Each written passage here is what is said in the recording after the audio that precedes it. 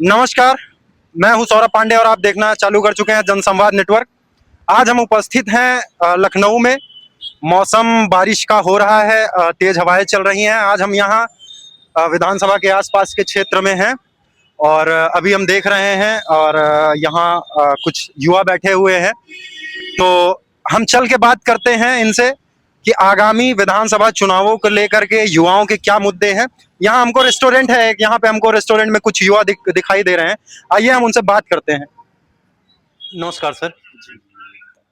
अ, आगामी जो विधानसभा चुनाव है यूपी के, उसमें जो आदित्यनाथ जी के द्वारा जो इनके जो कराए गए कार्य हैं उससे आप कितना संतुष्ट हैं? देखिए, योगी आदित्यनाथ जी के द्वारा जो कार्य कराए गए हैं, एक शिकायत मिलती है कि योगी जी की जो सुविधाएं हैं राज्य सरकार वाली, वो तो बहुत फलीभूत होती है। आदेश होते हैं, जो समस्याएं हैं उसका जो है, जो ज्वलंत मुद्दे हैं उस पे बात होती है, लेकिन कहीं ना कहीं जो ग्राउंड पे हैं चीजें, जो जमीन पे हैं, वो कहीं कहीं कहीं नहीं पहुंच पाती। ऐसा भी होता है। मतलब कहने का मतलब ये है कि योगी आदित्यनाथ जी सुचारू रूप से देखरेख करते हैं, कंट्रोल रखते हैं, लेकिन कहीं ना कहीं जो आज भी क्षेत्रीय स्तर की समस्याएं हैं, उनके जो नेता हैं, वो कहीं ना कहीं लापरवाही बरत रहे हैं आज भी। ये एक मुद्दा है उत्तर प्रदेश सरकार में। ये 24 में भी हावी रहा। 24 का चुनाव था, कहीं ना कहीं उसका खामियाजा योगी जी ने भुगता। और 27 में भी कहीं ना कहीं ये है, योगी जी ने राशन भेजा, लेकिन जो क्षेत्रीय है, जैसे गांव का जो कंट्रोलर है, वो राशन या तो दे रहा है तो दे नहीं रहा, अगर दे रहा है तो गंदा दे रहा है। ये कहीं ना कहीं चीजें, और योगी जी तक वो चीजें पहुंच भी नहीं रही है। जैसे स्मार्ट मीटर का मुद्दा था, स्मार्ट मीटर का इतना ज्वलंत मुद्दा हो गया था, इतना लोग पीड़ित थे कि लोग कहने लगे थे कि यही एक मुद्दा है जो सरकार गिरा देगा। क्या योगी जी को इतने दिन तक नहीं पता चला? उनके अधिकारियों ने उनको सही रिपोर्ट ही नहीं की कि आखिर लोग किस लिए परेशान। स्मार्ट मीटर, प्रीपेड से लोग परेशान ही नहीं थे। स्मार्ट मीटर में जो रीडिंग बढ़ जाती थी रातों रात, उससे परेशान थे। योगी जी को क्या बताया अधिकारियों ने कि लोग स्मार्ट मीटर से परेशान है, प्रीपेड से परेशान है। प्रीपेड का कोई मुद्दा नहीं था। तो आपका कहना है कि सही रिपोर्ट जो है वो सही मान्य। रिपोर्ट उनके अधिकारी रिपोर्ट नहीं कर रहे हैं अपने जो उनके जो संबंधित अधिकारी हैं, जो जवाबदेह लोग हैं जो उनके। ऑथराइज्ड अथॉरिटी पर्सन है, वो उनको सही से रिपोर्ट नहीं कर रहे हैं योगी जी को। मेरा ये मानना है, एक बतौर पत्रकार कह सकते हैं या फिर एक जिम्मेदार नागरिक, ये मेरा मानना है। तो अगर आप युवा भी हैं, एज अ युवा अगर मैं आपसे पूछूं तो युवाओं के क्या मुद्दे लग रहे हैं? क्या कांग्रेस जनता पार्टी हाँ, कांग्रेस जनता पार्टी, बहुत अच्छा मुद्दा उठाया आपने। देखिए, कांग्रेस जनता पार्टी पिछले, हमें लगता है 1 हफ्ते हो गए जब इसका फाउंडेशन हुआ था, तो कांग्रेस जनता पार्टी एक रेवलेशन का रूप ले लिया, पूरे यूपी हो या फिर कोई भी स्टेट हो। देखो, जेंजी जो है हमारे यहाँ ना, वो एक ट्रेंड में भागती है। जेंजी ने को नहीं पता है कांग्रेस जनता पार्टी क्या है, कौन इसका फाउंडर है, लेकिन वो एक तरफ फ्लो में चली गई।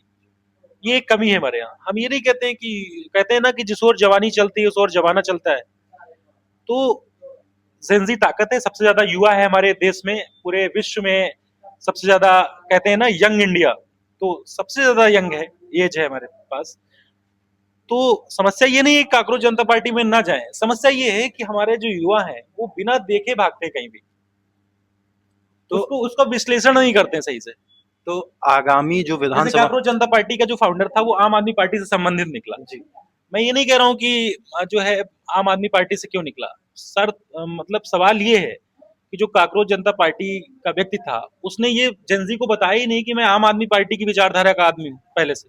आम आदमी पार्टी के तमाम नेताओं ने, आपने भी देखा होगा, मैंने भी देखा, तमाम नेताओं ने जो है उसको लेकर अपनी प्रतिक्रिया दी। लेकिन आपको क्या लगता है कि आगामी विधानसभा चुनाव में क्या यूपी में इसका कोई फर्क पड़ने वाला है?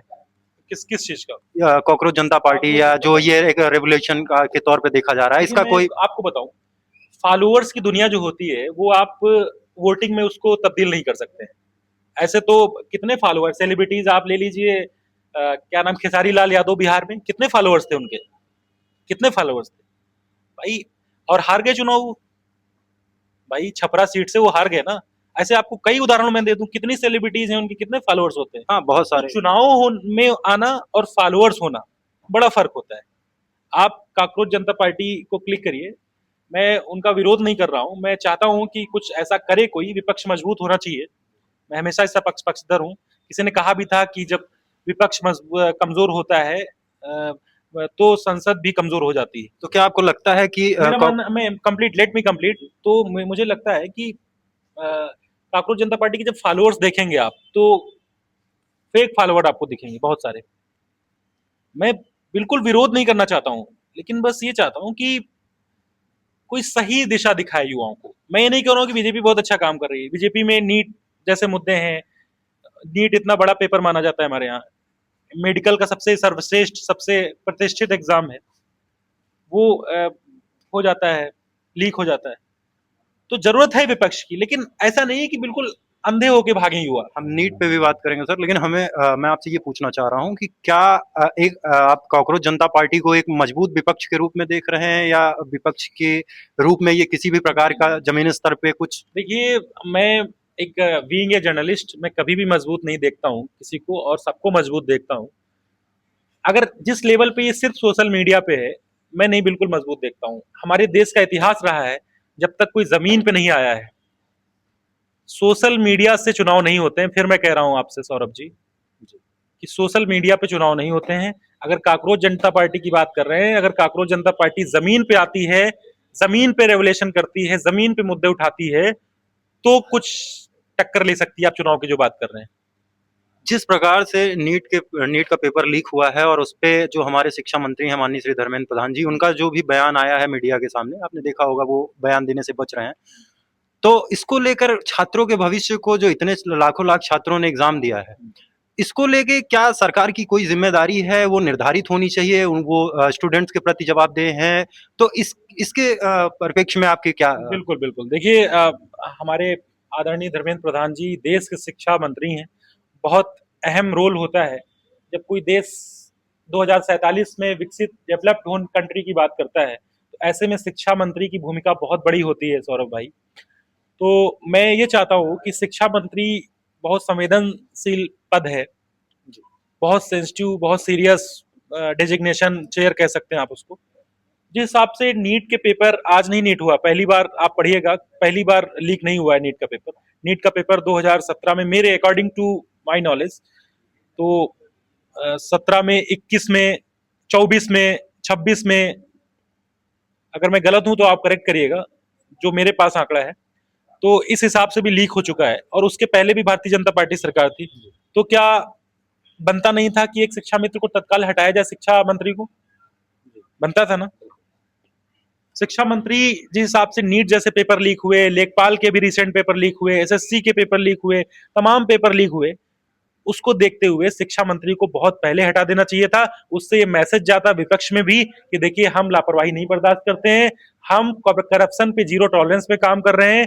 ये जो इनका जो पॉलिसी है भारतीय जनता पार्टी की, ये फलीभूत हो जाती है और ये मैसेज चला जाता मेरे हिसाब से।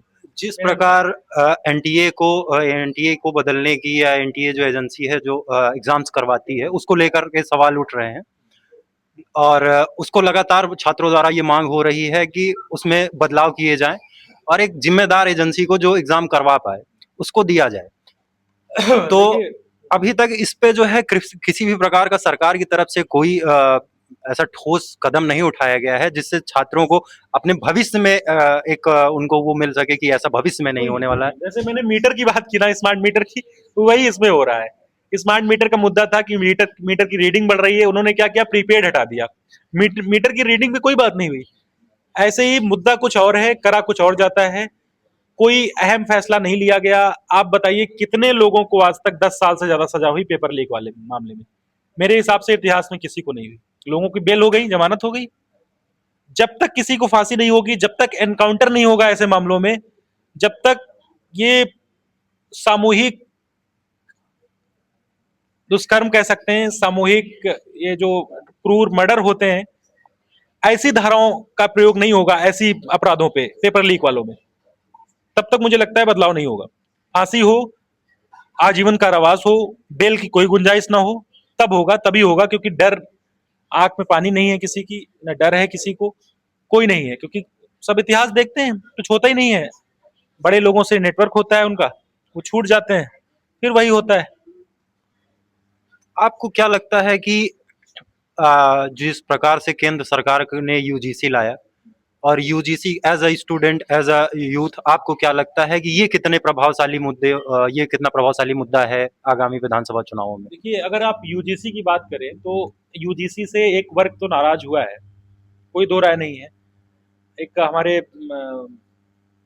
वो थे सीओ सिटी साहब हैं, वहाँ पे बरेली में थे, उनका नाम अगर सही है अलंकार अग्निहोत्री जी, तो बड़े एक सिटी मजिस्ट्रेट। सिटी मजिस्ट्रेट थे, तो उनका जो है वो भी एक तरीके से ऐसे ही लोगों ने इतना बड़ा त्याग किया ऐसी चीजों के लिए। अब कुछ लोगों को त्याग दिखा, उसके पीछे उनका क्या चीज है, क्या एंगल है। तो उनका कहना था कि मुझे इतना गलत लगा कि उन्होंने मतलब इतनी मेहनत करके, जहाँ कोई रिजर्वेशन नहीं होता है जनरल कैटेगरी में, कितनी मेहनत की होगी आप कल्पना कीजिए उस एग्जाम को पास करने के लिए, और उन्होंने एक चुटकी में त्याग दिया कि ये गलत है। तो मुद्दा तो रहा है, मुद्दा रहेगा। और सवर्ण वोट बैंक जो आप बात कर रहे हैं कि इसका क्या प्रभाव पड़ेगा, तो थोड़ा इम्पैक्ट पड़ेगा, लेकिन सवर्ण के पास विकल्प नहीं है, ऐसा मैं जानता हूं। जैसे मैं जाता हूं सवर्णों के पास, तो उनकी कोई पर्टिकुलर पार्टी नहीं है, क्या करेंगे वो, फिर से वहीं आएंगे। लेकिन हाँ, प्रभाव है थोड़ा सा।